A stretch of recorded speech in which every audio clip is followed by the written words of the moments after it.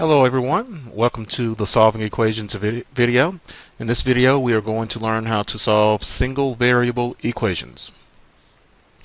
Alright, so the steps to solving equations, and you might want to pause this here if you want to copy these steps down. If we have fractions, we can clear fractions out of equations by multiplying each side of the equation by the least common denominator. And then we would proceed to remove the parentheses by using the distributive property. We will combine like terms on each side of the equal sign. Move the variable terms to one side. That's the terms that have variables with them. And normally I move those to the left-hand side, and we move those by using addition or subtraction. And we would move the constant terms to the opposite side by using addition or subtraction. Last, we'll multiply or divide to make the coefficient on the variable 1, because that's what we're looking for. Okay, so you may want to pause this if you want to copy those steps down. Okay, we're going to solve this equation for x. Our objective is to get this x into one single x on the left-hand side of the equal sign all by itself. So we don't have any fractions. We don't have any parentheses to remove. We don't have like terms on one side or the other. Our variable terms are already all in one on the left hand side with the 2x. So the first thing I'm going to do is to move this plus 7 to get all my constant terms on the opposite side of the variable terms. And since I have 2x plus 7, since that 7 is positive, in order to remove it, I'm going to subtract it. The reason for that is because 7 minus 7 is 0. But this is like a two-sided scale, so in order to keep the scale balanced, whatever you do on one side of the equal sign, you have to do on the other side of the equal sign. So I'm going to subtract 7 there. We'll bring the 2x down on the left-hand side of the equal sign. 12 minus 7 on the right-hand side would give me 5. Now again, we don't want 2 times x. We don't want to know what 2 times x is. We want to know what 1x is. So in order to undo this 2 times x, we're going to divide by 2. The reason for that is because 2 divided by 2 is 1. That'll leave us with understood 1x right there. Again, whatever we do on one side of the equal sign, we want to do on the other side. So we're going to come over here to the right-hand side and divide by 2 also. And we find out that x is equal to 5 over 2. Now, we can always check equations, and we can check our answers to equations by replacing the x, or whatever the variable is in the original equation, with whatever we come up with as an answer for x. So I'm going to check this one right quick. We have 2 instead of 2 times x. We're going to say 2 times 5 over 2 plus 7 should equal 12. Well, 2 times 5 over 2, that's the same thing as 2 over 1 times 5 over 2. So 2 times 5 up top is 10. 1 times 2 in your denominator is 2. Should equal 12. 10 divided by 2 is 5. 5 plus 7 equals 12. It checks out. Okay, let's try another one. Alright, we have 12x plus 3 equals negative 2 minus 8x. So again, we're going through those steps. It's kind of like a checklist. So we don't have any fractions, don't have any parentheses, we don't have any like terms on the left hand side that can be combined, and we don't have any like terms on the right hand side that can be combined. So the first thing I want to do is to get my variable terms all combined into one over on the left hand side. So I want to remove this minus 8x. In order to balance that out, that's the same thing as a negative 8x. We're going to add 8x. So after we add 8x there, we want to come over here under the 12x and add 8x to keep it balanced. So negative 8x plus 8x will cancel each other out. That just makes 0 over there. So 12x plus 8x will give me 20x. Bring down the plus 3 equals, I'm left with negative 2 on the right hand side.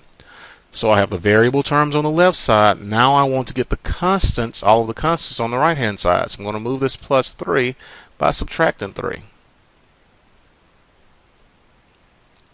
So that leaves me with 20 times x on the left hand side, and negative 2 minus 3, remember that's the same thing as negative 2 plus negative 3, would be negative 5. Now again, we don't want 20 times x. We only want to know what one of those x's would be equal to. So in order to undo this, we're going to divide by 20. 20 divided by 20 is simply 1. That's an understood 1x, and we normally don't write the 1 in front of it. It's understood. And then come over here to the right hand side and divide by 20 also. Now negative 5 over 20 would be the answer, but that can be simplified because both of these numbers can be divided by negative 5. So that will give me negative 1 over 4, negative 1/4. That's my answer.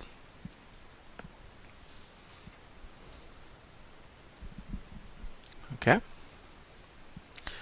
So let's try another one, just going through those steps. Like I said, it's just like a checklist. Okay, so first thing we'll start off here, we want to remove the parentheses. So this is an understood 1 in front of this set of parentheses, so we don't have to do anything on this left hand side, but just drop the parentheses off right there. Right here we want to distribute the 3. So that will give us 3 times x, which is 3 times x. And then plus 3 times 10 is 30. So we want to use our distributive property there. And then we want to combine like terms. On my left hand side here I have two constants, two regular numbers that I can add together. I have a positive 2 plus a 6. I can add those two numbers together to make 8. So that will give us 5x plus 8 equals 3x plus 30. Okay.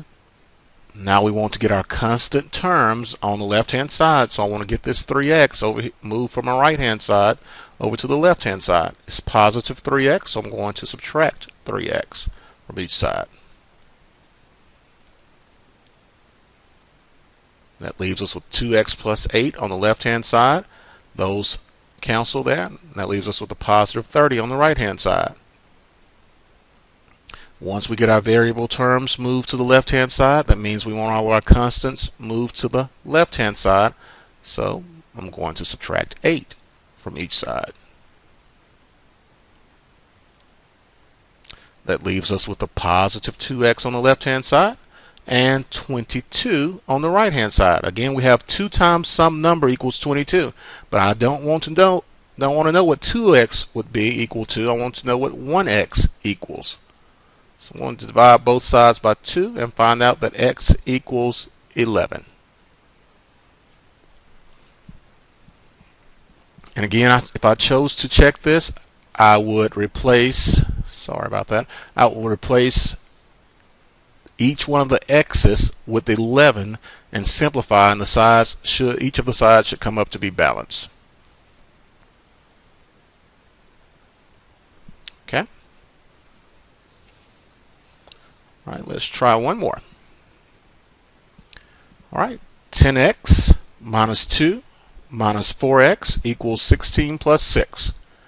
No parentheses, but I do have like terms on each side of the equal sign that can be combined. On the left hand side of the equal sign, I have a 10x minus a 4x, and combining those would give us 6x. Bring down the minus 2 over there. On the right hand side, I have two regular constants. 16 plus 6 would equal 22. Okay, now all of my variable terms are already on the left hand side, so I need to get my constants moved to the right hand side. So now I'm going to add 2, since I have a negative or a minus 2 there, and add 2 again. That gives me 6 times x would equal 24. So 6 times some number equals 24. I can divide both sides by 6 to figure out what that number is. X equals 4. Okay, that's it for solving equations. I wish you well.